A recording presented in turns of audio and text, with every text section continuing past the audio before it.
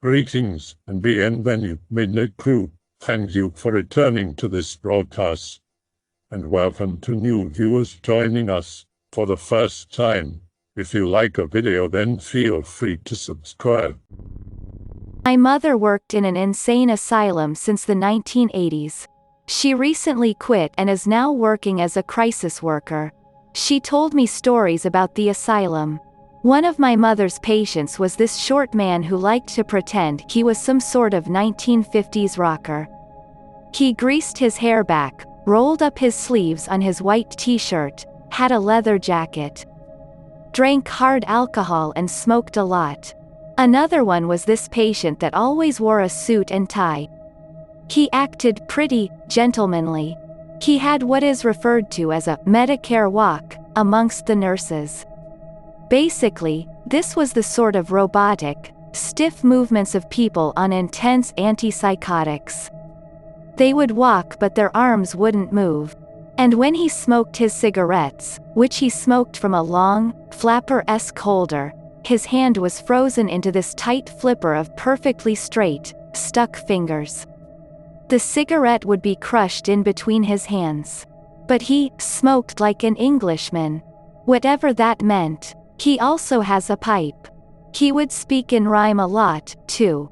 Usually rhymes from his childhood, but sometimes he'd make up these psychotic little stories of people going for boat rides. My mother would ask him to repeat certain rhymes. He had hundreds of them memorized. He was also extremely aggressive and was subject to frequent electroshock therapy. He would start fights with nearly anyone who aggravated him.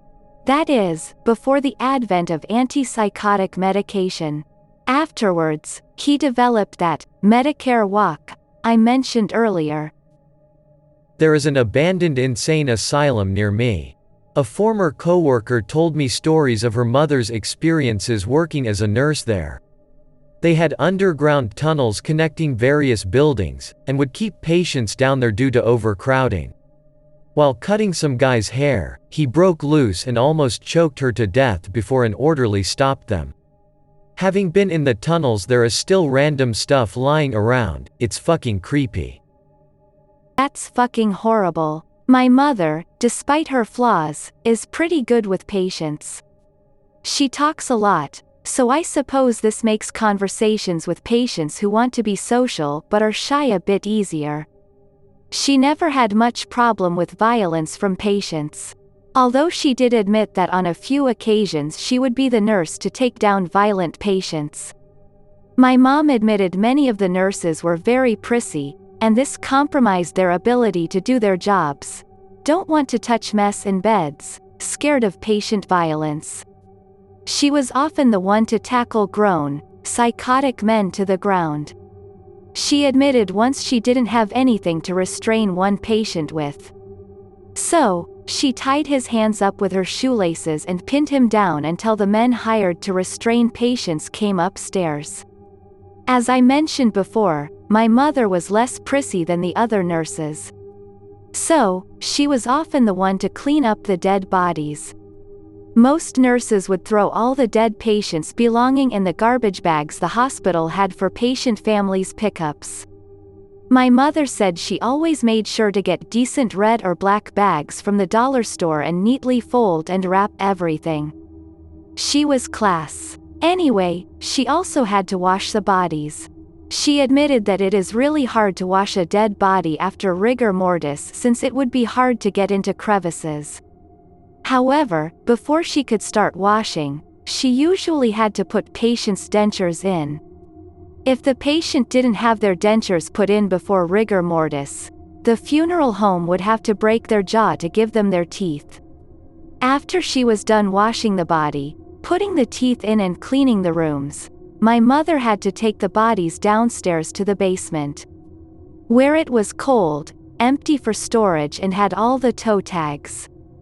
Since my mom didn't like wheeling the dead bodies all the way down, which are very heavy, she would go into the elevator. Now imagine being a 20-something-year-old nurse in a small, white elevator with the dead body of a mental patient. Not fun. On my mother's first time doing this, the body had a severe muscle spasm after death. So, imagine everything I said before, except now the dead body is twitching and making groaning noises, not, ah, or, oh, noises, gurgling. And she had to stand there in the elevator for a good solid 2 minutes while this thing twitched and flopped.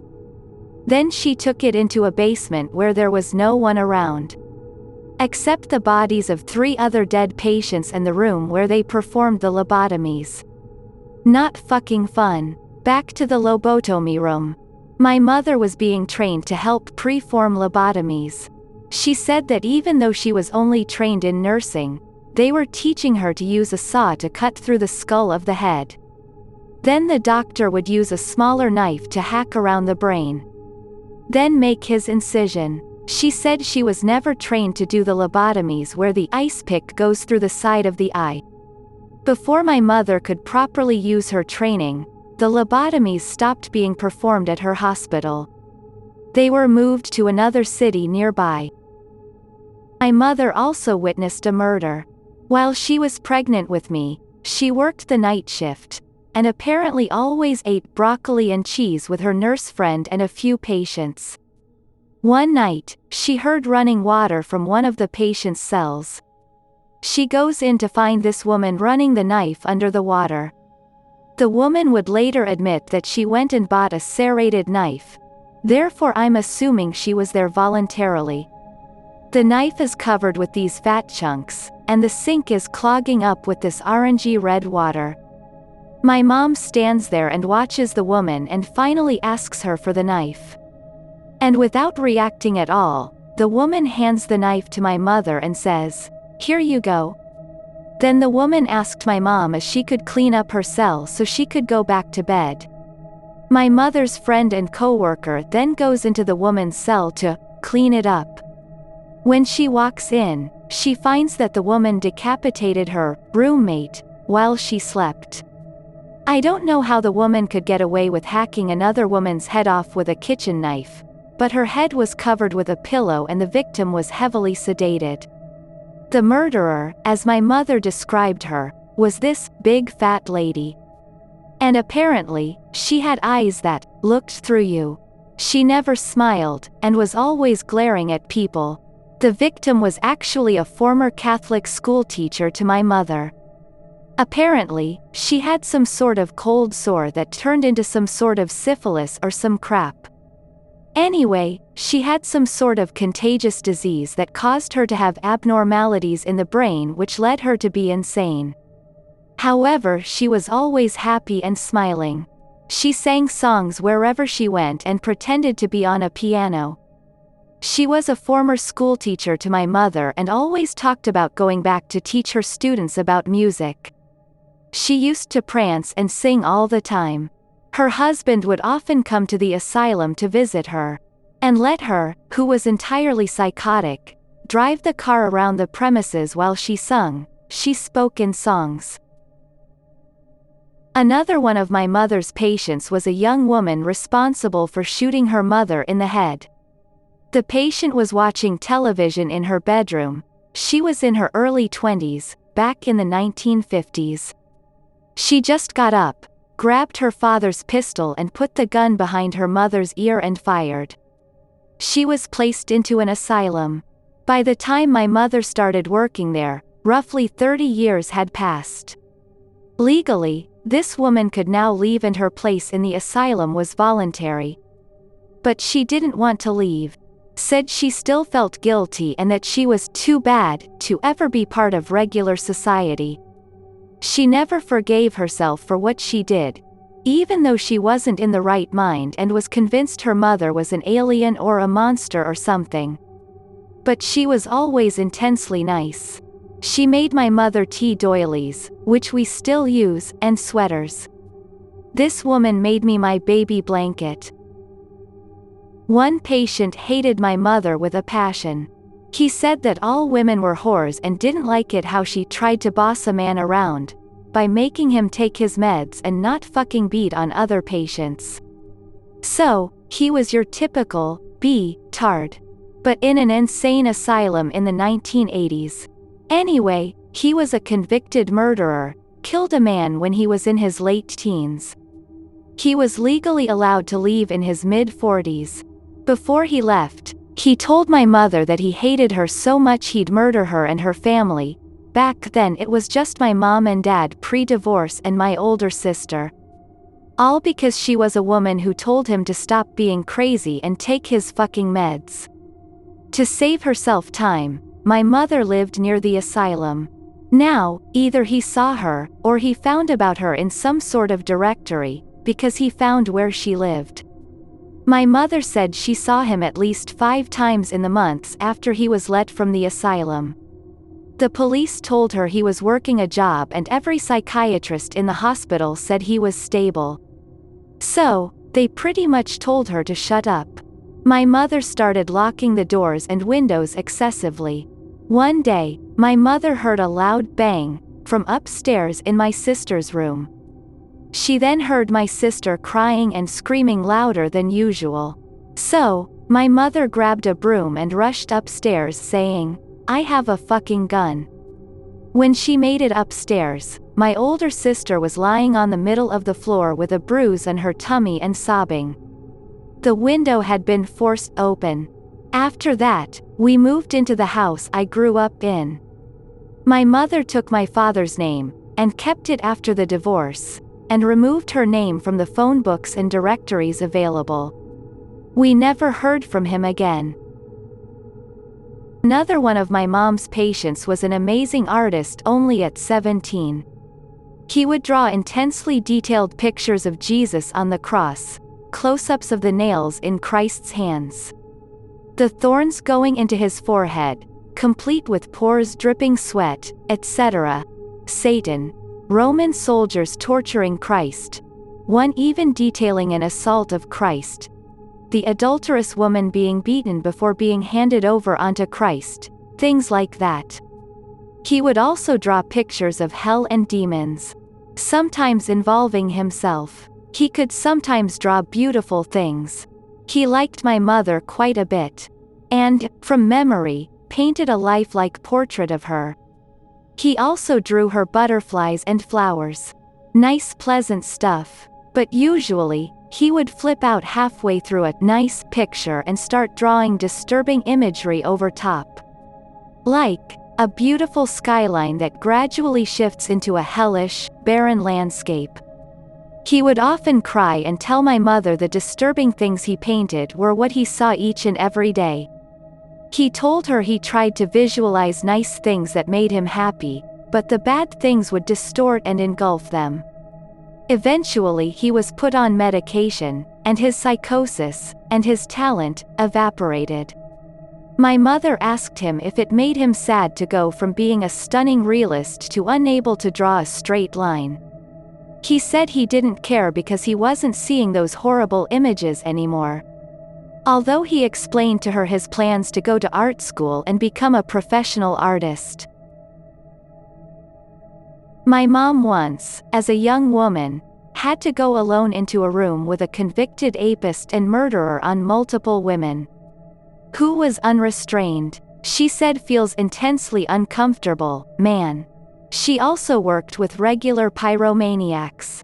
She said they usually were very condescending and stuck up. My mother said that a lot of the sociopaths, pyromaniacs, murderers, apists, animal torturers, were very full of themselves. They thought themselves to be smarter than everyone else, even though they got caught. They tried to play Hannibal Lecter-styled mind games, before the movie came out, but would usually just come off as stupid, tards. Occasionally they could cut deep, but usually since they had such little understanding of human emotion due to their psychosis, they often failed to be genuinely insulting. Just creepy and rude. My mother started doing work outside of the asylum. She has this one patient I'll tell you about. She was adopted by a military family. When she was 14, she met a senior in high school who took an interest in her. The senior boy asked her out on a date, and gave her this cheap, oversized ring. She rolled tape around her fingers to make sure the stupid thing fit. One day he asked her to come to his clubhouse with his friends. All the other girls at school warned her not to go with this guy. But she was unpopular, a virgin, and wanted a boy to like her.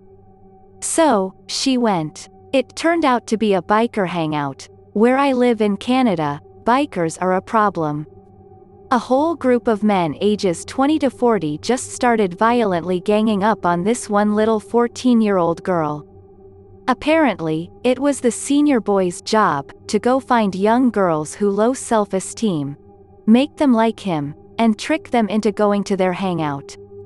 She never told her family for reasons of personal shame. As an adult, she started drinking heavily and having sex with a lot of men. She became pregnant and had a baby girl. She started bringing men back to her house for sex. One who may have attacked her 7-month baby girl while she was having a psychotic meltdown and staring at the ceiling. The baby was found starving, bleeding, and with bed sores. The child was removed. The woman went through a cycle of homelessness and asylum which did nothing to help her in the real world. So now she's an alcoholic who looks 70 even though she's in her early 40s. My mother started working with her through a social program. She tends to have little freak outs when my mother takes her to her appointments. She would start screaming about how there were germs in the air and how she is being watched and is dying and all that. My mother responds by telling her to stop acting crazier than you are, and to shut the hell up. You're scaring the small children. She tends to blow most of her money on booze, unfortunately. With her small check, she went and bought 5 Texas Mickeys. Now, before I continue, I am not a drinker. Nothing against booze, I just never liked the taste or the feeling. I'm a sad, sick drunk as well as a lightweight. So, any errors I make, please excuse. So, my mother asks her what the 5 giant Texas goddamn Mickeys in the corner of the room are. Here's the dialogue. What are those? Nothing. Those looks like booze bottles. Well, they're not. They say Canadian rum on the side. I use them as decoration. Really? You who hasn't bought a single piece of furniture as decorating. Yes. You're sure you're not drinking from them? Don't know. I think you are. Yes. Anyway, now my mom has to convince the woman to own up and admit that she blew all her money on alcohol. How much did they all cost? $3. Really? Because most of the drinks that I buy are about $20 to $50. And they're way smaller than that. They were having a sale. Really? What sale? Yes, the Texas Mickeys for $3 sale. So all of them cost $15. I don't believe that. You don't? No. Not $15. All of them for $3. Now do you believe me? Anyway, she finally admits that she needs help managing her money. Mother asks her if she can distribute the Texas Mickeys over a period of a year to save money and cut back on booze. I can't do that, Feminon's mom. Why not? Because I drink 1 Texas Mickey a night. Can't you cut it into smaller fractions? No, because once you start you can't stop. Okay, so maybe only drink 1 full bottle every couple months or so? Get drunk on a Saturday or something. Didn't you hear me before? What? I said once you start, you can't stop. After I finish the first one I need to start on all the others. Seriously? I would write this all out, but I don't feel like typing. She said this and she said that, over and over again. Just relating what my mother described the conversation as. So now she's agreed to spend her money better. And she has made progress. She loves yogurt, so my mother decides to take her clothes shopping. The patient, who I'll call Linda, still wears the clothes she gathered living on the street and from dumpsters. This would be okay, I guess, if she actually washed them. She doesn't like washing clothes. Says washing machine puts rash-inducing chemicals into her skin. So my mother is waiting for her to come out of her apartment. This happens. Mother waits for 15 minutes past meeting time, goes into apartment. Linda is sleeping. Linda, wake up. No. Please. You can't tell me what to do. I have the legal responsibility for you, so I sort of can. You're not the boss of me. Never said I was. Now get up. Wanna fight? I could probably take you, Linda. So, no. Come at me. Don't you want to go shopping? Linda jumps out of bed. Fuck yeah, I want to go shopping. Okay, let's go. I need to shower first. Linda doesn't like showers. Hasn't bathed in about a month, so now you care about hygiene? If I'm going shopping, yeah. But not when you go see your doctors, or meet with me. No, shopping is way more important. Mom waits outside for 20 minutes, goes inside apartment. Linda, you done yet? No. I'm leaving now. 5 more minutes. Okay, 5 more minutes. 10 more minutes pass. Linda, get out of the shower. No, it's cold. Don't you want to go shopping? No, too cold. Too many germs. Oh, okay. I guess I'll just go to McDonald's by myself. Linda is suddenly outside of the bathroom fully dressed. She was just running the water and trolling my mom for fun. So Linda and my mom get to the car. So what do we need to get Linda? Dress and under JDFS much. What was that? Linda keeps mumbling under her breath. No, seriously, what did you say? Underwear. Feminon's mom, underwear. You don't have many pairs of underwear? Don't have any. Not one? Not a single pair. Linda is wearing a skirt. Linda has syphilis. Linda is sitting on my mom's new car seat. Oh my fucking god. We're getting a towel. I don't want your leaky on my freaking car seat. Linda smiles. I hope that you enjoyed tonight's broadcast. If you enjoyed tonight's story, then please subscribe to the channel, as more Greentext will appear daily. A new broadcast will appear when the clock strikes midnight Central Time.